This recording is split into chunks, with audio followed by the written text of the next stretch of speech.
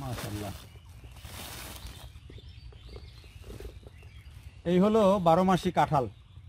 আপনারা জানেন যে এখন আমাদের যে কাঁঠালের সিজন, তাতে মাত্র কাঁঠালের মুচি হচ্ছে, এবং এটি আমাদের কাঁঠাল তো সাধারণত জ্যৈষ্ঠ মাসে পাকে, যেগুলো নর্মাল যেই কাঁঠাল আমাদের দেশি, কিন্তু এই কাঁঠাল হচ্ছে এই যে দেখেন, এখন এই যে কিছু কাঁঠাল পাকবে, আবার এই যে মুচি এসেছে, হ্যাঁ, আবার ধরেন এই যে এই কাঁঠালটা কিন্তু পেকে যাবে, যদিও এই যে কাঠবিড়ালি আক্রমণ শুরু করেছে এটাকে।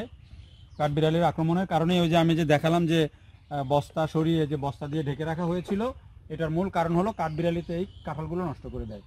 তো এটি হচ্ছে আঠাবিহীন যে 12 মাসি কাঁঠাল, সেই 12 মাসি কাঁঠাল। এবং এই কাঁঠাল আমি তো দুঃখিত, গাছটার কাঁঠালের বিয়ারিং দেখে আমি কিন্তু অবাক হচ্ছি একেবারে। আরও কাঁঠাল ছিল, এই গোড়া থেকে ছিল অনেকগুলো, প্রায় কতগুলো সেলিম ভাই? এ পর্যন্ত 200-র মতো হয়ে গেছে। আচ্ছা, এই যে গাছটা আপনারা দেখছেন, আমি বলবো রব্বানিকে গাছটাই গোড়া থেকে যদি একটু দেখাই, আপনার লম্বা গাছ, লম্বা হয়ে গেছে। এই গাছটাতে প্রায় 200 ফল। আমি যদি তাকাই দেখি একবারে গাছের মাথা পর্যন্ত কিন্তু বড় বড় ফল, এবং উপরের দিকে কিন্তু ফলের আকার আরো বড়।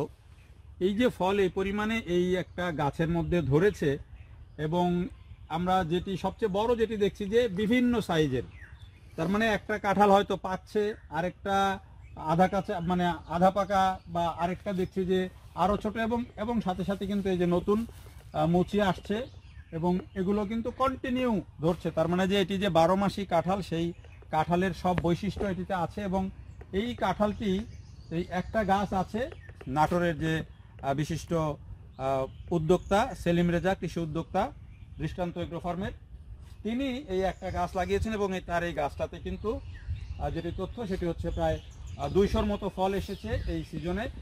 সিজন তো না, এটি মানে কন্টিনিউ এখন পর্যন্ত 200 ফল পেয়েছেন। এবং এখন যদি গাছে আমি গুনি, আমার মনে হয় যে 100-র বেশি হবে না, 100-র বেশি ফল গাছে আছে, এবং বিভিন্ন সাইজের। উপরের দিকে তো দেখানো যাচ্ছে না, উপরের দিকে আরো বেশি আছে। তো আমরা একটু সেলিম ভাইয়ের সাথে কথা বলবো যে এই যে কাঁঠালটা, এই কাঁঠালের বৈশিষ্ট্য, এটি জাত এবং কিভাবে এটির যত্ন করতে হয়, কিভাবে চাষ পদ্ধতি। যদিও আমরা দেখছি যে এখানে কাঠবিড়ালির অত্যাচার একটা বড় অত্যাচার। তো সেলিম ভাই, এই যে আপনি যে এই কাঁঠালটা 12 মাসে কাঁঠালটা এনেছেন, এই কাঁঠালটা কোন জাতের, এবং এটি আসলে বৈশিষ্ট্যটা কি এটার? ধন্যবাদ। আসসালামু আলাইকুম। এটা মূলত আমি যখন ভিয়েতনাম সফরে গিয়েছিলাম, তখন আমি 4টা ভ্যারাইটির কাঁঠাল নিয়ে এসেছিলাম, বিভিন্ন ভ্যারাইটির জাত নিয়ে এসেছিলাম। তাদের কাঁঠালের ভ্যারাইটি নিয়েছিলাম 4টা। এটা ছিল ন্যাচারালি কাঁঠাল, যদি পেকে যায় মোটামুটি গোলাপি হয়, একদম গোলাপি না। আর আরেকটা ছিল পিঙ্ক কালার, রেড কালার, এরকম অল্টারনেটিভ ছিল, এবং সবগুলি ছিল আঠাবিহীন, মানে ভিতরে কাটলে কোনো আঠা থাকবে না। এবং মজার বিষয়টা, এই অসময়ে অনেক ডিমান্ড। আমার এখানে সবচেয়ে বেশি একটা সমস্যা পড়ছে যে কাঠবিড়ালির অত্যাচার, এখানে প্রতিটা ফলই খেয়ে ফেলছে, নষ্ট করছে। এটা আপনি কি এখন পর্যন্ত বিক্রি করতে পারছেন যে একটা? আমার তো অনেক ডিমান্ড, মানে 500 টাকা, 1000 টাকা, 1500 টাকা পিস, অনেক ডিমান্ড দিয়ে রেখেছে, কিন্তু ওই যে কাঠবিড়ালির কারণে আমি পাকা তাকে দিতে পারছি না, ওই ম্যাচিউর করতে পারছেন না। ম্যাচিউর হওয়ার আগেই কাঠবিড়ালি নষ্ট করছে। দেখছি যে আমি ঢেকে রেখেছি, আরও অনেকভাবে ঢেকে রেখেছিলাম। প্রতিদিন বিভিন্ন মানুষ আপনাদের মতো আসছে, সোশ্যাল মিডিয়ার পারছেন, যে কারণে আমাদের ওইভাবে পারছি না। আপনার দেখেন অনেকগুলো খেয়েছে, এবং যেটা খায় সেটার উপরে আক্রমণ করে, সেটার উপরে দুইটাতে আক্রমণ করেছে, ওই দুইটাই শেষ করে আবার দুইটা ধরে, এভাবে চলছে।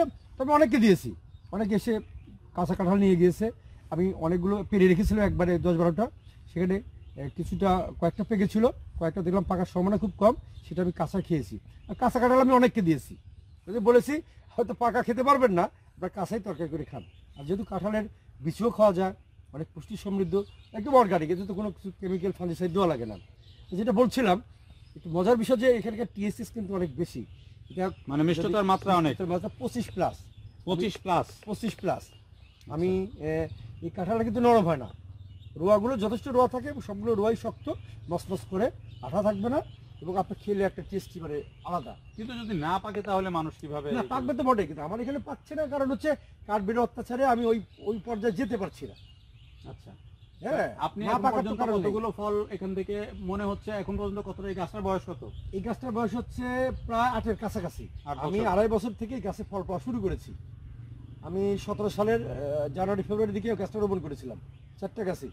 তারপরে বাকি 3টাতে রেজাল্ট পাইনি, ওই 3টা আমার আলাদা ভ্যারাইটি। আচ্ছা, এই একটাতে রেজাল্ট পেয়েছি। এটা কিন্তু বিগত 3 বছর হলো আমি কিন্তু সোশ্যাল মিডিয়াতে আপনাদের মাধ্যমে, মানে আপনি যেটা রেজাল্ট পান নাই সেটা প্রচার করেন নাই আপনি? না। তাহলে এইটার এই যে চারা চারা কিভাবে পাবে মানুষ? আপনি কি চারা করছেন, আমি গ্রাফটিং চারা করছেন? কিছু করেছি, যে মাছা দেখেছেন, মাছা দিয়ে কাঁঠালের চারা করা অনেক সেন্সিটিভ বিষয়, মানে খুব কষ্টকর। এই কাঁঠাল, রামবুটান, এরকম কিছু কিছু ফলের এটা কিন্তু জোর কলমটা ভালো হয়।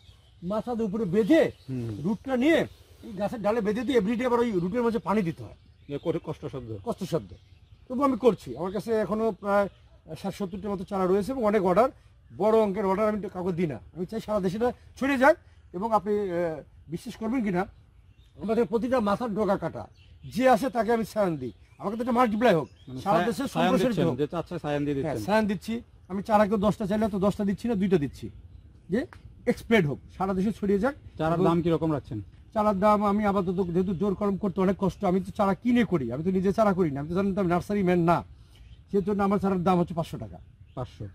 তারপরে যদি একটা চারা এরকম একটা টিকে যায়, আমি যে পরিমাণে কাঁঠাল দেখলাম মাশাআল্লাহ, তাতে তো একটা গাছ টিকে গেলেই মোটামুটি, তার মানে এরকম একটা বাগান যদি কারো 10টা-15টা গাছের একটা বাগান যদি থাকে, তাহলে তো আমার তো মনে হয় না যে যদি কাঁঠাল ঠিক মতো ধরে। 10টা গাছের কথা বলেন, অ্যাটলিস্ট তার 1 লক্ষ টাকা 10 গাছ থেকে আসবে। 1 লক্ষ টাকা আসবে। তো এখন এটার কি যত্ন কি করা লাগে? আপনি যত্ন আসলে তেমন কিছু না। আমার গাছটা দেখেছি সবচেয়ে মানে কি বলে ও পরিত্যক্ত অবস্থা, অর্থাৎ এমন জায়গা দেখেন সামনে বাঁশের ঝাড়, কলার বাগান, একদম ছায়া শীতল জায়গাতে। যদি এটাকে পরিপাটি ভালো জায়গা হতো তাহলে এই গাছটা যদি একটু খাটো রাখা যেত তাহলে মনে ভালো হতো না, তাহলে গাছ এমনি খাটো থাকতো। আচ্ছা, এমনি খাটো থাকতো। এই গাছ খাটো না থাকার কারণ হলো এখানে ছায়ার মধ্যে আছে জন্য গাছ কিন্তু লম্বা হচ্ছে। আমি কিন্তু বাগান করছি, আমি এই গাছ দিয়ে আরো 50-60টা গাছ রোপণ করছি, শুধু কাঁঠালের বাগান করব।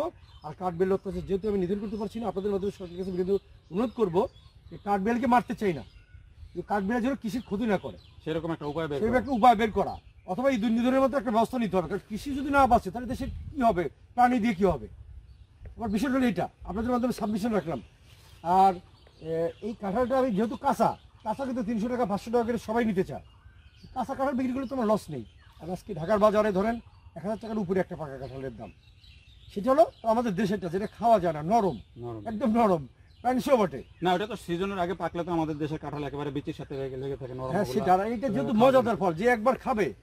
আর এটা কিন্তু সবচেয়ে বড় কথা হলো যে সময় আসে, যে এটা যদি সব সময় পাওয়া যায়, কাঁঠাল তো আমাদের আমরা শুধু জ্যৈষ্ঠ মাসেই পাই। আমরা সেলিম ভাইকে ধন্যবাদ দিয়ে যেটা বলতে চাই যে আসলে এমন বিভিন্ন ধরনের বিচিত্র ফল এখন কিন্তু আমাদের দেশে আসছে, দেশের বাইরে থেকে বিভিন্ন ধরনের বিদেশি ফল, এগুলো আমাদের পরিবেশের সাথে অ্যাডজাস্ট করছে।